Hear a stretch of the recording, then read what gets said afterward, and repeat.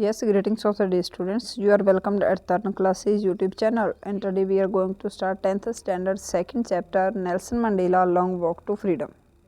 ये लेसन थोड़ा सा टफ है, इसकी मैंने पहले लाइन टू लाइन एक्सप्लेनेशन भी आपको दे दी है, यूट्यूब पे वीडियो है बुक के साथ, और अब मैंने उसके नोट्स बना के की जो एक्सप्लेनेशन है वो थोड़ी सी स्टूडेंट्स के लिए टफ रहती है, तो अब मैंने इसके नोट्स टाइप में ये वीडियो आपको प्रोवाइड करवा रही हूँ। अगर आपको अच्छी लगी वीडियो तो इसको लाइक शेयर और कमेंट करना मत भूलिएगा, साथ में ही इसको सब्सक्राइब भी ज़रूर से कर लीजिएगा। चलिए हम स्टार्ट करते हैं लॉन्ग वॉक टू फ्रीडम इस लेसन का introduction. This chapter is an extract from the autobiography of Nelson Mandela, born 18 July 1918, the first black president of south Africa.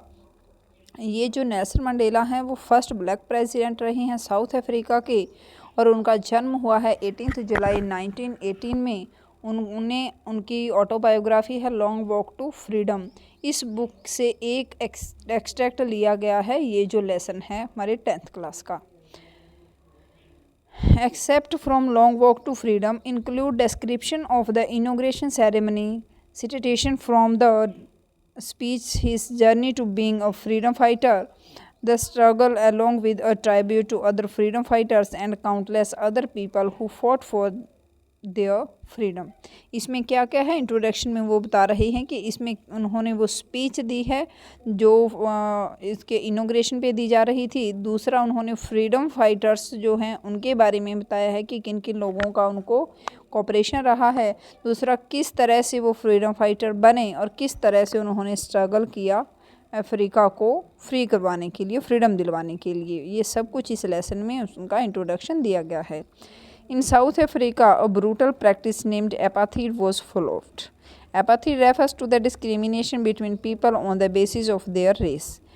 जो साउथ अफ्रीका है वहाँ जो वाइट सुपरमेसी है, इससे पहले वाइट गवर्नमेंट थी, उन्होंने एक प्रैक्टिस यूज़ में थी, उनको यहाँ एक पॉलिसी थी जिसको एपाथीड के नेम से जाना जाता था। एपाथीड क्या था कि इसमें डिस्क्रिमिनेशन किया जाता था स्किन के बेस पे, उनकी रेस कास्ट के बेस पे, या फिर उनकी एज और जो उनके जेंडर था इसके बेस पे उन लोगों जो वाइट लोग थे उनके साथ, और जो नेटिव अफ्रीकन्स थे ब्लैक स्किन लोग थे उनके साथ आपस में उनमें डिस्क्रिमिनेशन रखा जाता था। जो बड़ी बड़ी जॉब्स होती थी, अच्छी डेजिग्नेशंस होती थी, वहाँ जो वाइट लोग होते थे उन्हीं को जॉब मिलती थी। ठीक है, तो ये सब चीज़ इसमें बताई गई है। It was most of the brutal societies where dark skin people were deprived of their basic rights. This lesson gives us an overview as to how Nelson Mandela along with others carved their way to a society where there will be no discrimination on the basis of their color, caste, race, age और gender। अब वहाँ पे Nelson Mandela ने ऐसा system बना दिया है, उनकी खुद की गवर्नमेंट बन गई है, और उन्होंने ऐसा सिस्टम बना दिया गया है कि उनकी सोसाइटी में, उनके देश में ये जो एपाथीड सिस्टम है इसको ख़त्म कर दिया गया, और अब वहाँ कलर, कास्ट, रेस, एज या फिर जेंडर के बेस पे किसी से किसी भी तरह का कोई भी डिस्क्रिमिनेशन नहीं होगा। आगे देखते हैं हम largest gathering ever of international leaders on South African soil.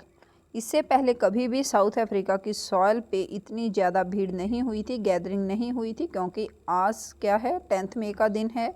Means lesson के अकॉर्डिंग, वीडियो के अकॉर्डिंग नहीं कह रही हूँ मैं, लेसन के अकॉर्डिंग कि 10 मई को ये इनॉग्रेशन होने वाला था, तो 10 मई के दिन वहाँ पे बहुत बड़ी भीड़ है, इंटरनेशनल लीडर्स वहाँ पहुँचे हुए हैं। तो वो बता रहे हैं 10 मई डांट ब्राइट एंड क्लियर। 10 मई का दिन था, काफ़ी अच्छा दिन निकला, मौसम साफ था। For the past few days I had been pleasantly besieged by dignitaries and world leaders who were coming to pay their respect before the inauguration. The inauguration would be the largest gathering ever of international leaders on South African soil.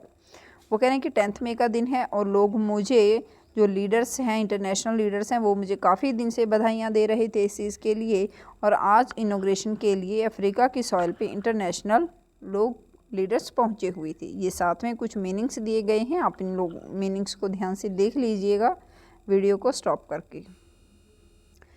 The ceremonies took place in the lovely sandstone amphitheater formed by the Union buildings in Pretoria। अब ये place बताया गया है कि ये जो inauguration ceremony है वो कहाँ होने जा रही है। ये आप अपनी नोटबुक पे नोट कर लीजिएगा कहाँ होने जा रही है। Sandstone amphi theatre formed by the union building in Pretoria. Sandstone क्या है? एक तरह की रॉक का बना हुआ ये पत्थर होता है, ये यहाँ ध्यान से देख लीजिएगा आप लोग। आगे है 4 decades this had been the seat of white supremacy and now it was the site of a rainbow gathering of different colors and nations for the installation of South Africa's first democratic non-racial government। क्या कि इससे पहले हमेशा ये white supremacy की seat हुआ करती थी, मीन्स जो गवर्नमेंट होती थी वो वाइट स्किन लोगों की होती थी। अब पहली बार ऐसा हो रहा है कि ब्लैक स्किन प्रेसिडेंट बने हैं, कौन? Nelson Mandela. और अब वहाँ उनको जो वो प्लेज लेने जा रहे हैं और जो इनॉग्रेशन की सेरेमनी होने जा रही है उसमें डिफरेंट कंट्रीज़ के लीडर्स पहुँचे हुए हैं, इसलिए वो कह रहे हैं रेनबो गैदरिंग। ठीक है, इसी को शो रेनबो गैदरिंग वर्ड क्यों यूज़ किया गया है कि वहाँ डिफरेंट कंट्रीज़ के लोग लीडर्स पहुँचे हुए हैं। ये एम्फी थिएटर दिखाई दे रहा है। एम्फी थिएटर का क्या होता है? जिसके ऊपर छत नहीं होती है। एयर थिएटर होता है एक तरह से ओपन। ये आपको दिखाई दे ही रहा है पिक में। On this day on that lovely autumn day I was accompanied by my daughter जनानी। क्या है कि जब इनॉग्रेशन होने जा रहा है तो नेल्सन मंडेला के साथ उनकी बेटी जिसका नेम जनानी है वो भी साथ में थी। On the podium Mr de Klerk was first sworn as second deputy president. अब जब प्लेस दिलवाई जा रही है तो सबसे पहले प्लेस किसने ली है? मिस्टर डे क्लार्क ने ली है, जो कि सेकेंड डिप्टी प्रेसिडेंट बने हैं। उनके बाद थाबो म्बेकी वो sworn as first deputy president. अब क्या है, इसके बाद जो थाबो म्बेकी है वो फर्स्ट डिप्यूटी प्रेसिडेंट थे। When it was my turn I place to obey and uphold the constitution and to devote myself to the wellbeing of the republic and its people. ये चीज़ ध्यान रखिएगा, हमें आगे जो day Clark है, थाबो Mbeki है, उनकी प्लेस से ज़्यादा मतलब नहीं है। हमें ध्यान क्या रखना है कि नेल्सन मंडेला ने जो प्लेज ली है वो किस चीज़ की प्लेज ली है। उन्होंने प्लेज ली है, वो कह रहे हैं I pledge to obey and uphold the constitution. उन्होंने किस चीज़ की प्लेज ली है कि वो कॉन्स्टिट्यूशन, जो संविधान है, जो रूल्स हैं, उनको ओबे करेंगे एंड अपहोल्ड, उसको बनाए रखेंगे। और क्या करेंगे? And to devote myself to the wellbeing of the republic and its people. और उन्होंने क्या है कि मैं मेरे को अपने आप को डिवोट करता हूँ किसके सामने? रिपब्लिक और यहाँ के लोगों के सामने। ठीक है, तो ये उन्होंने प्लेज ली है। ये भी आप लोग अपने नोट्स में अलग से नोटबुक पे लिख लीजिएगा। To the assembled guest and the watching world I set. अब इसमें जो नेल्सन मंडेला हैं वो क्या कह रहे हैं, उन्होंने क्या स्पीच दी? वो कह रहे हैं कि मैंने क्या कहा? मैंने कहा today all of us do by our presence here confer glory and hope to new born liberty out of the experience of an extraordinary human disaster that lasted too long must be born a society of which all humanity will be proud। अब Nelson Mandela कह रहे हैं कि मैंने वहाँ कहा कि आज हम सभी जो यहाँ हैं तो और हमारे पास जो न्यू बॉर्न लिबर्टी, क्यों कह रहे हैं कि अभी तक जो साउथ अफ्रीका की ब्लैक स्किन लोग हैं वो फ्री नहीं थी अपनी मर्जी का वर्क करने के लिए या अपनी मर्जी के अकॉर्डिंग जॉब वगैरह करने के लिए। अब वो कह रहे हैं कि ये न्यू बॉर्न लिबर्टी है, इसमें सभी लोग अपनी मर्जी से जो उनको बेसिक राइट्स मिले हुए हैं उनको उनके अकॉर्डिंग अपनी मर्जी से वर्क कर सकते हैं। और फिर वो क्या कह रहे हैं? Out of the experience of an extra ordinary human disaster. Extra ordinary human disaster किसको कह रहे हैं कि जो अपार्थाइड सिस्टम चल रहा था, लोगों के साथ डिस्क्रिमिनेशन किया जा रहा था, उन्होंने क्या किया कि लोगों पे मेंटली अटैक हुआ। लोगों का जो मेंटली वो क्या होते, डरे हुए थे, कुछ बोल नहीं पा रहे थे, अपने अकॉर्डिंग वर्क नहीं कर रहे थे। तो इस चीज़ों को नेल्सन मंडेला ने क्या कहा है? Extra ordinary human disaster. इसकी भी एक्सप्लेनेशन आपसे पूछी जा सकती है। एंड लास्टेड टू लॉन्ग, वो कह रहे हैं कि जो एक्स्ट्रा ऑर्डिनरी ह्यूमन डिजास्टर है ये काफ़ी लंबे टाइम तक चलता रहा। क्यों? जब तक वाइट सुपरमेसी थी। और must be born a society of which all humanity will be proud. वो कह रहे हैं कि अब जो हमें लिबर्टी मिली है, हमें जो फ्रीडम मिली है, इसके अकॉर्डिंग अब सभी जो यहाँ के लोग हैं वो अपने आप पे प्राउड फील करेंगे। ठीक है, तो अच्छे से ये जो स्लाइड है इसको बहुत अच्छे से अपने नोटबुक पे नोट कर लीजिएगा। अब देखिए आगे है वी हू वर आउटलास। आउटलास क्या है कि अभी तक जिन लोगों को कानूनों के अकॉर्डिंग कुछ भी इक्वालिटी नहीं दी गई थी उनके लिए बता रहे हैं।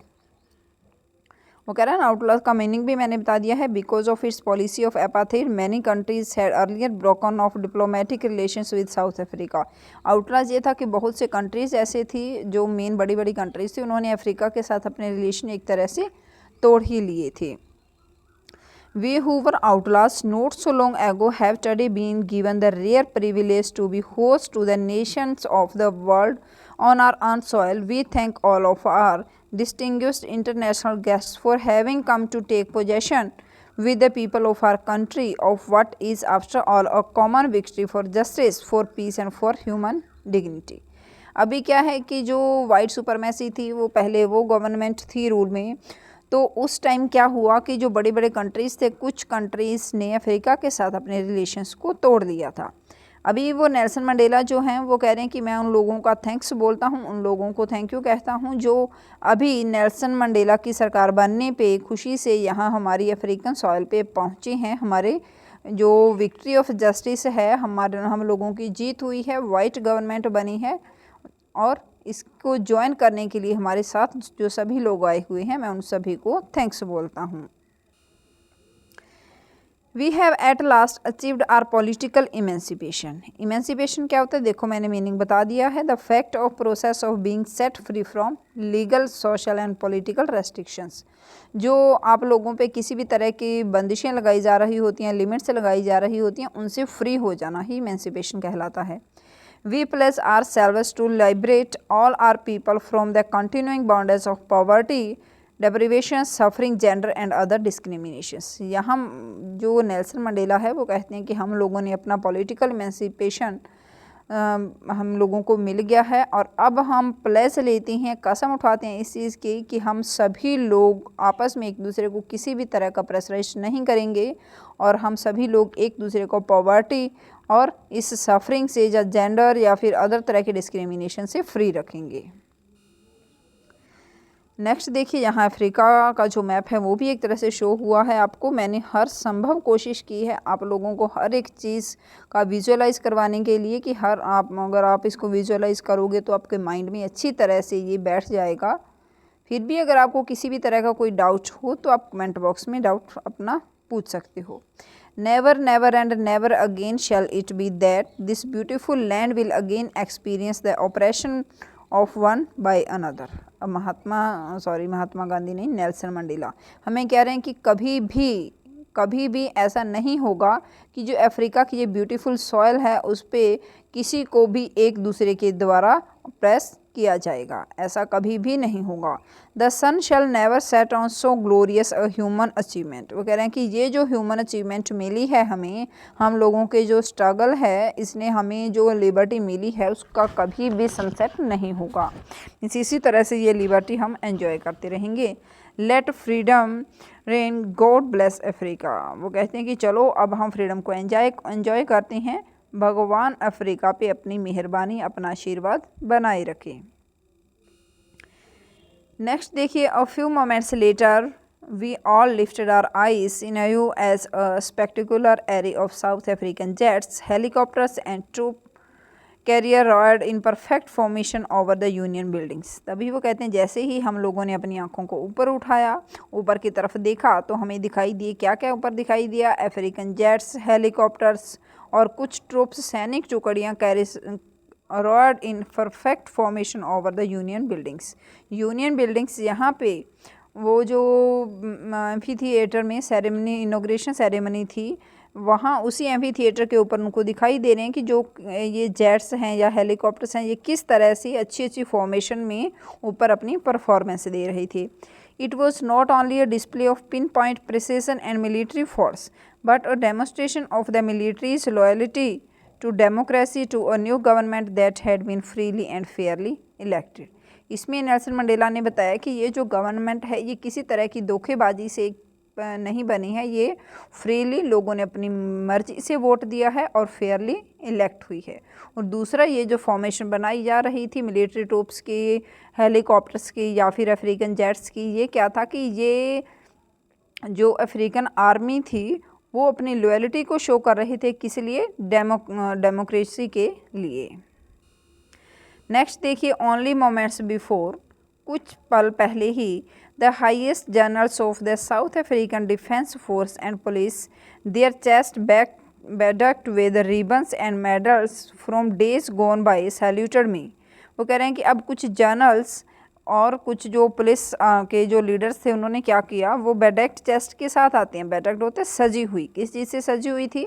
उनके मेडल्स से, रिबन्स वगैरह से उन्होंने नेल्सन मंडेला को, उसकी गवर्नमेंट को सैल्यूट किया। एंड प्लेस्ड, और प्लेस ली किस चीज़ की? देयर लॉयल्टी, उन्होंने अपनी वफादारी की प्लेस ली। It was not unmindful of the fact that not so many years before they would not have saluted but arrested me. उनको जो नेल्सन मंडेला है उनको अच्छी तरह से याद है कि कुछ साल पहले ही ये लोग जो हैं, जो आज मुझे सैल्यूट कर रहे हैं, इन्होंने सैल्यूट नहीं किया था बल्कि मुझे क्या किया था? अरेस्ट किया था। Finally, a shaven of Impala jets left a smoke trail of the black, red, green, blue and gold of the new South African flag. अब जो नया साउथ अफ्रीकन फ्लैग क्या है, उसमें ये कलर्स हैं सीरीज वाइज आपको बताई जा रही हैं, black, red, green, blue and golden. ये जो कलर हैं ये साउथ अफ्रीका का जो न्यू गवर्नमेंट बनी है उनका फ्लैग है।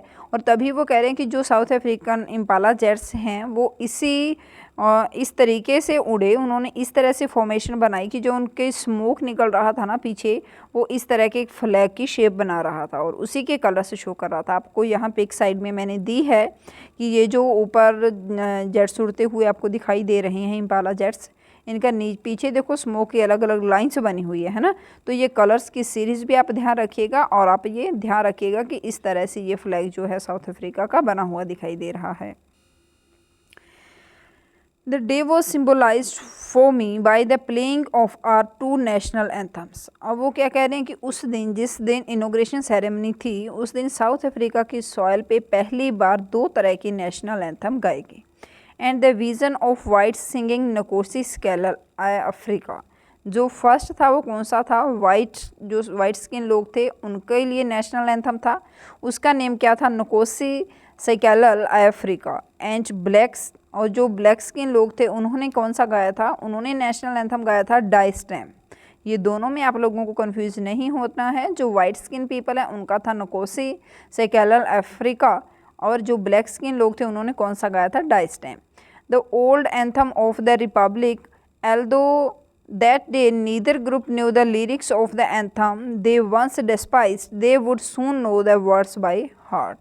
वो कह रहे हैं कि अभी तक जो लोगों ने वो नेशनल एंथम गाया उनको उनका वर्डली मीनिंग नहीं पता था, बट उन्होंने पूरे दिल से गाया और लग रहा था कि वो बहुत जल्द ही अच्छे से इसको सीख जाएंगे।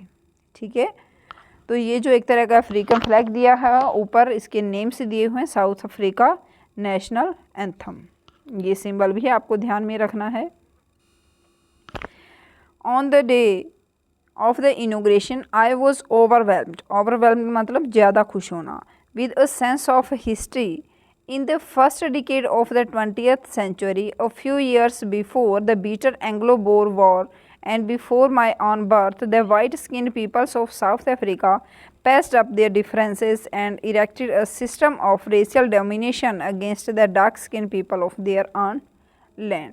अब वो अपने पहले टाइम को याद कर रहे हैं जो बीत गया। वो कह रहे थे कि इस दिन मैं इतना खुश था 10th मई के दिन, इनोग्रेशन के दिन, कि मुझे मेरी हिस्ट्री भी याद आ गई। कुछ हिस्ट्री में क्या हुआ था, जो एंग्लो वॉर हुआ था उस टाइम क्या हुआ था, नेल्सन मंडेला का जन्म के टाइम क्या हुआ था, ये सब चीज़ें वो याद कर रहे हैं। और हिस्ट्री में ये भी याद कर रहे हैं कि जो एपाथीड सिस्टम था वो किस तरह से हम लोग फॉलो कर रहे थे, हमारे साथ क्या क्या कुछ हो रहा था, वो सब चीज़ें हाँ आपको दिखाई दे रहा है।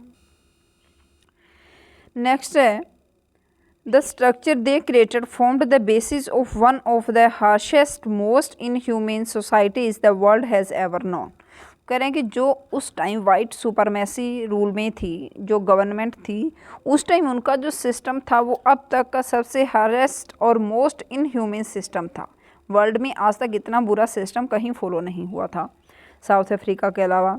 Now in the last decade of the 20th century and my own 8th decade, 20th century last decade है इनका, और इनका एज क्या है? 8th decade. 8th डिकेड मतलब 80 साल के हुए हैं वो। As a man that system had been overturn forever. अब वो 80 की एज में वो कह रहे हैं कि जो सिस्टम था अफ्रीका में वो बिल्कुल चेंज हो गया। क्या चेंज हो गया? And replaced by one that recognise the rights and freedoms of all peoples regardless of the colour of their skin. अब नेल्सन मंडेला बता रहे हैं कि अब जो सिस्टम है वो पूरा चेंज हो गया है। अब लोगों को राइट्स हैं जो वो अच्छी तरह से उनको मिल रहे हैं, और अब ऐसा नहीं है कि उनकी स्किन पे या उनके जो रेस वगैरह पे कोई ध्यान नहीं दिया जा रहा है, सभी लोगों को इक्वली ट्रीट किया जा रहा है। हाँ जी, यहीं लेसन कंप्लीट होता है। इसी के साथ अगर आप लोगों को किसी तरह का कोई डाउट है तो आप लोग अपना कमेंट बॉक्स में कमेंट करके पूछ सकते हो, या फिर मेरे व्हाट्सएप नंबर पे अगर आपको नोट्स चाहिए तो आप मुझे मेरे व्हाट्सएप नंबर पे मैसेज कर सकते हो। लाइक शेयर एंड कमेंट करना नहीं भूलना है, और साथ में ही जिसने सब्सक्राइब नहीं किया चैनल को सब्सक्राइब कर लीजिएगा। Thanks for watching. Have a nice day.